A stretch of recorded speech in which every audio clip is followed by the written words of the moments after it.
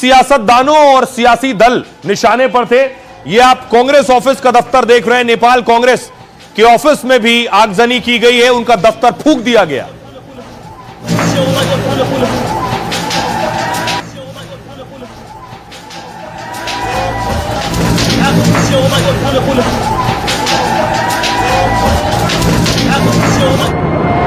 पूरी दुनिया हैरान है क्योंकि पहली बार डिजिटल पीढ़ी ने ऐसी ताकत दिखाई कि देश सुलग उठा।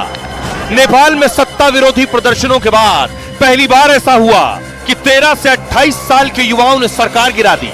प्रधानमंत्री और कैबिनेट के कई मंत्रियों को इस्तीफा देना पड़ा। बिना किसी नेतृत्व के आंदोलन ने रफ्तार पकड़ी और चंद घंटे के भीतर हजारों युवा सड़कों पर उतर आए। देखते ही देखते नेपाल के 7 प्रदेश और 77 जिलों में विरोध प्रदर्शन की आग भड़क गई। भारत के पड़ोस में आग लगी है और इसके पीछे वो युवा हैं जो नेपाल में सिस्टम सुधारना चाहते हैं और इसके लिए पहली बार में तख्ता पलट कर दिया।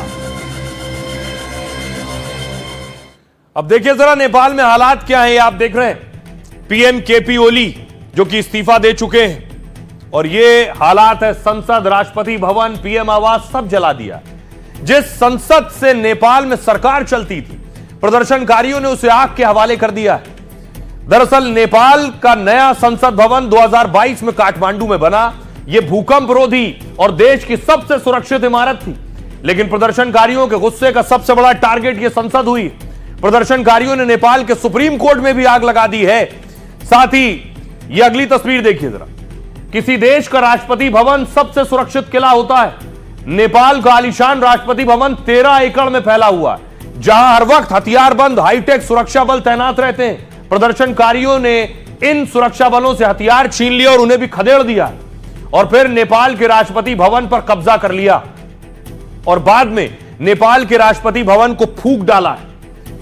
यह स्थिति राष्ट्रपति भवन की थी। नेपाल में जो पीएम हाउस सत्ता का केंद्र था, पीएम केपी ओली के उस घर पर प्रदर्शनकारी घुसे और जनरल जबरन नेपाल के पीएम हाउस में जमकर तोड़फोड़ की है और फिर उसे आग के हवाले कर दिया। प्रधानमंत्री के निजी और सरकारी दोनों घर फूंक डाले हैं। यह स्थिति है नेपाल की। इसके अलावा देखिए, विष्णु पौडेल प्रदर्शनकारियों से बचकर भागने की फिराक में थे। मंत्री हैं, लेकिन अचानक एक गली में प्रदर्शनकारियों की भीड़ ने इन्हें पकड़ लिया और उसके बाद इनकी पिटाई कर दी। नेपाल के वित्त मंत्री को लोगों ने दौड़ा दौड़ा कर पीटा है और फिर पकड़कर इन्हें अपने साथ कहीं ले गए हैं। यह स्थिति थी मंत्री की। बड़ी संख्या में प्रदर्शनकारियों ने ऊर्जा मंत्री के घर पर धावा बोला। तस्वीर मैंने आपको दिखाई। पत्थरबाजी और तोड़फोड़ करते हुए भीड़ ने दीपक के घर में अंदर घुसकर लाखों नेपाली रुपए बरामद किए और बाद में प्रदर्शनकारियों ने इन रुपयों को हवा में उड़ा दिया है। यह स्थिति थी मंत्री की। गुस्साई भीड़ ने पूर्व पीएम शेर बहादुर को भी निशाना बनाया। ये शेर बहादुर ने देखने देवबा के घर पहुंचे, घुसकर इनके साथ मारपीट की और हमला किया। प्रदर्शनकारियों के हमले से देवबा और उनकी पत्नी गंभीर रूप से घायल हो गई हैं। ये था हाल। अब आपको बताऊं कि ये जो हालात थे, ये हालत डराने वाली थी। जरा सुनिए प्रदर्शनकारियों को, वो कितने गुस्से में हैं और क्या कुछ कर गुजरने की बात कर रहे हैं। केपी ओली नहीं चाहिए। केपी ओली जहाँ पे है ना, उसको मार डालेंगे। मोदी जैसा यहाँ पे होना चाहिए। वो इंडिया का मोदी है ना, मोदी जैसा सरकार होता तो यहाँ पे पूरा थोड़ा कुछ आगे जाता नेपाल भी। साल बहुत व्यापक रूप में बढ़ गया हमारा देश में। बहुत सारे लोग भी यहाँ पर मारे गए हैं। आप पे गुस्सा है अभी? हम लोग का गुस्सा की क्या बात है, ये छाती है ना हम लोग का, ये कुछ नहीं है। हम मारने के भी हम लोग तैयार है। नेता लोग सब भाग गया। ये नेता लोग काम चोर है, भ्रष्टाचारी है और अब हम लोग का प्रधानमंत्री होना चाहिए। और अब हम ये पार्टी का नेता नहीं मानते हैं। हमारा जिंदगी से प्रधानमंत्री हमें चाहिए और राष्ट्रपति हमारा उसी से चाहिए। नेपाल में क्या कर रहा है ना, सोशल मीडिया बंद करने के बाद नेपाल के पब्लिक जो है वो आक्रोशित हो रहा है। ये नहीं है, ये भ्रष्ट सरकार है, करप्टेड गवर्नमेंट है। इसके लिए हम लोग एकजुट हो रहा है। आज तक क्या कर रहे थे, देश के युवा लोग, हमारे दोस्त लोग साइड में हेडशॉट खा के मर रहे थे। इसको विचारधारा है और पूंजीवादी विचारधारा है, इनका अंत होना होगा। स्टूडेंट को मारना नहीं चाहिए, किसी को भी मारने का हक किसी को भी नहीं। अगर मारना है तो इसके अंदर से थोड़ा थोड़ा गोली चलाना पड़ेगा। तो ऐसे तरीके से मारेंगे तो कौन सा देश चलेगा। ये सब बहुत क्रूरल देश जैसा हो गया, क्रूरल शासन हो गया। ये तो नेता लोग का घमंड से टूट ही गया है ना, आप लोग भी देख रहे हैं। पूरे जनता ने मिलके, जेनजी ने मिलके आज आग लगा दिया है। ट्रेन को नेपाल पुलिस ने गोली मारा, सीधा यहाँ पर मारा है, यहाँ पर मारा है, डायरेक्ट वो मर गया है। अब हम लोग परिवर्तन खोज रहे हैं, जेएनजी का मांग है यूथ। युवाओं का गुस्सा आपने देख लिया। अब सोचिए जैसे भारत में प्रधानमंत्री आवास और उसके आसपास मंत्रियों के घर हैं, वैसे ही सिंह दरबार है। सिंह दरबार नेपाल में है, उस सिंह दरबार को फूंक दिया, सुरक्षा कर्मियों से बंदूकें छीन लिए, राइफल छीन लिए।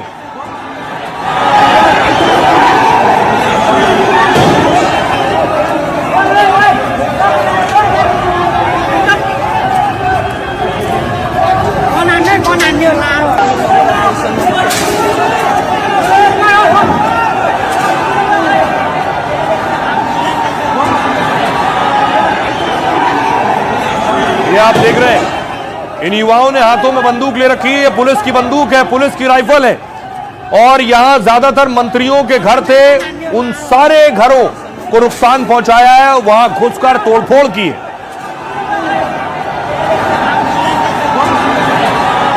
तो नेपाल में टारगेट पर पीएम, पूर्व पीएम, मंत्री, पॉलिटिकल पार्टियां। एक चेहरा जिसे हिंदुस्तान में हिंदुस्तानी बखूबी पहचानते हैं वो है प्रचंड कमल दहल, ये भी पूर्व पीएम है। इनके घर भी उपद्रवी घुस गए प्रदर्शनकारी, तस्वीर में आपको दिखाऊं अगली। इनके घर में भी तोड़फोड़ की है। ये प्रचंड कमल दहल का घर है, ये पूर्व पीएम है नेपाल के। इनके घर पर पत्थर चलाए और देखिए ये जो बम फेंका है, पेट्रोल बम है, बोतल से उछाला है।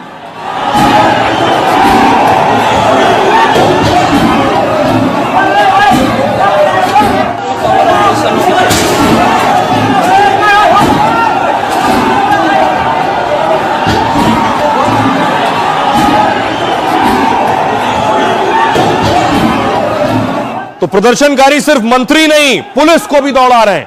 पुलिस को दौड़ा लिया, पत्थर लेकर पुलिस भाग रही है।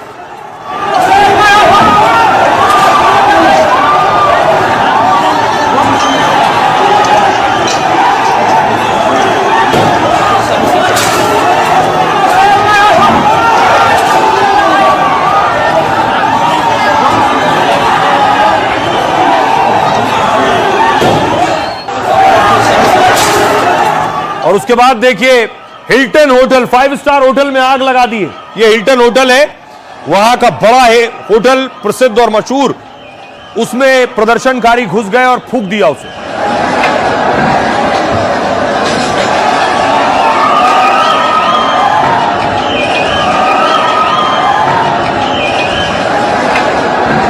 देखिए जरा, लगभग नेपाल के हर जिले में यही हाल है। 7 प्रदेश के 77 जिले सुलग रहे हैं। सबसे ज्यादा प्रभावित कौन से जिले हैं ये मैं आपको बताऊं। ये नेपाल का नक्शा आप देख रहे हैं। ये नेपाल के नक्शे में उन जिलों को आप देख रहे हैं, पोखरा, भैरहवा, बुटवल, वीरगंज, काठमांडू, इटहरी और दमक।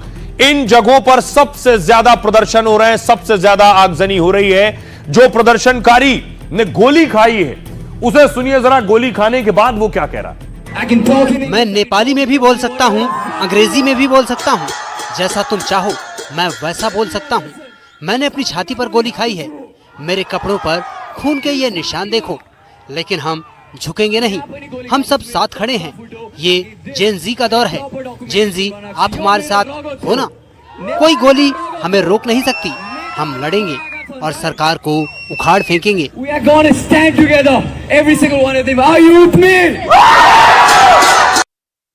ये युवाओं को आपने देख लिया, लेकिन देखिए जिस सिंह दरबार में मंत्रियों के घर हैं उसे भी फूंक दिया गया। अभी रात की तस्वीर आ रही है, ये उसकी तस्वीर आप देख रहे हैं। पूरी तरह से जलाकर राख कर दिया है।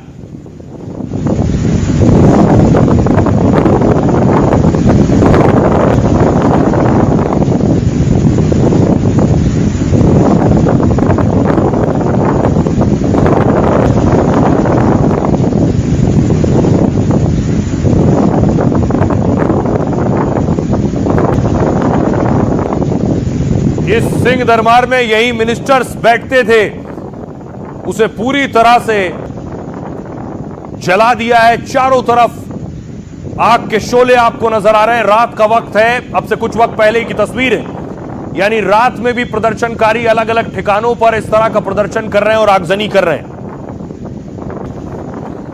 अब सवाल यह है कि आखिर प्रधानमंत्री कहां चले गए। केपी ओली, तस्वीर में आपको दिखाऊं केपी ओली की। यह है केपी ओली की तस्वीर।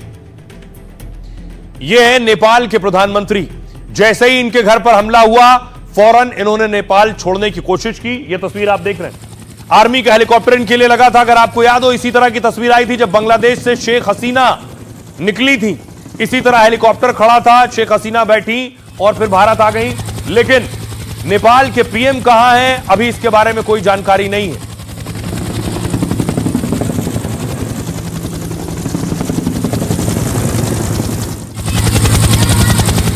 तो सवाल यह है कि आखिर केपी ओली का क्या होगा। इस्तीफा वो दे चुके हैं, हालत लगातार खराब होती चली जा रही। नेपाल जल रहा था और पीएम ओली पद ना छोड़ने पर अड़े हुए थे। देश में बवाल और 20 की मौत के बाद भी ओली झुकने को तैयार नहीं थे। जेन जी के हिंसक आंदोलन के बाद नेपाली पीएम ने इस्तीफा दिया। इस्तीफा देने से पहले ओली ने सेना से अपनी सुरक्षा की गारंटी मांगी, तो सेना ने साफ कह दिया कि पहले कुर्सी छोड़ो फिर सोचेंगे। जब दबाव बढ़ा और खुद ओली के घर पर हमला होने लगा, तो वो कुर्सी और काठमांडू दोनों छोड़ने को तैयार हो गए। सेना के हेलीकॉप्टर में ओली काठमांडू से भागते नजर आए। कहा जा रहा है कि ओली दुबई या किसी और देश चले गए। ओली का सियासी सफर 14 साल की उम्र से शुरू हुआ। यह उनके घर की तस्वीर जिसे आग लगा दी गई। राजशाही के खिलाफ आंदोलन किया, कम्युनिस्ट पार्टी से जुड़े। 1973 से 87 तक आंदोलन के आरोप में जेल में भी रहे। जेल से निकलते ही सियासत में और सक्रिय हो गए। ओली 10 साल के अंदर 4 बार नेपाल के प्रधानमंत्री रहे, लेकिन वो कभी भी अपना कार्यकाल पूरा नहीं कर पाए। ओली को चीन का करीबी और भारत विरोधी माना जाता है। आरोप है कि वो चीनी कंपनियों को फायदा पहुंचाने में लगे रहे। नेपाल में चीनी कंपनियों से डील कर उन्होंने खूब पैसा कमाया। रिपोर्ट के मुताबिक स्विस अकाउंट में 41 करोड़ रुपए मिला है और इसी से ओली को हर साल करीब 2 करोड़ रुपए का ब्याज मिलता है। मतलब नेपाल आर्थिक संकट से जूझ रहा है और ओली की संपत्ति बढ़ती गई। आंदोलन के बाद ओली के आधा दर्जन मंत्रियों ने इस्तीफा दे दिया है। गृह मंत्री रमेश लेखक और जल मंत्री प्रदीप यादव ने इस्तीफा दे दिया। नेपाल के कृषि मंत्री रामनाथ अधिकारी ने भी पद छोड़ दिया। युवा एवं खेल मंत्री तेजूलाल चौधरी ने भी पद छोड़ दिया। यानी तड़ातड़ एक के बाद एक इस्तीफों की झड़ी लग गई। इस इस्तीफे के बाद अब सुनिए जरा पूर्व राजनयिक अशोक सज्जनहार साहब क्या कह रहे हैं। नेपाल में भी किसी को इसके बारे में नहीं मालूम था, जो इतना ज़्यादा जो जेनजी है जो प्रोटेस्ट करने के लिए आ रहे हैं। ये 26 सोशल मीडिया ऐप्स को जो बैन किया है, वो एक बिल्कुल जिसे कहा जाए एक ट्रिगर के तरीके से उसने काम किया है, जिस जो युवा वर्ग की पीढ़ी है उनको अपने सामने कोई भविष्य नहीं दिखाई दे रहा था और वो देख रहे थे जो कितना करप्शन है, नेता हैं और अफसरान हैं, किस प्रकार की लग्जूरियस लाइफ वो लीड कर रहे हैं और जो कॉमन पीपल है उनके पास कुछ भी नहीं है। तो ये सब गुस्सा, ये सब रोष उनमें फैल रहा था और ये जैसे एक आखिरी तिनके की बात थी जो, और इससे जो भी बांध था, सब्र का जो बांध था, वो एकदम टूट पड़ा। सज्जनहार साहब कह रहे हैं सब्र का बांध टूट पड़ा और सब्र का बांध ऐसा टूटा कि पूरा देश जल उठा है।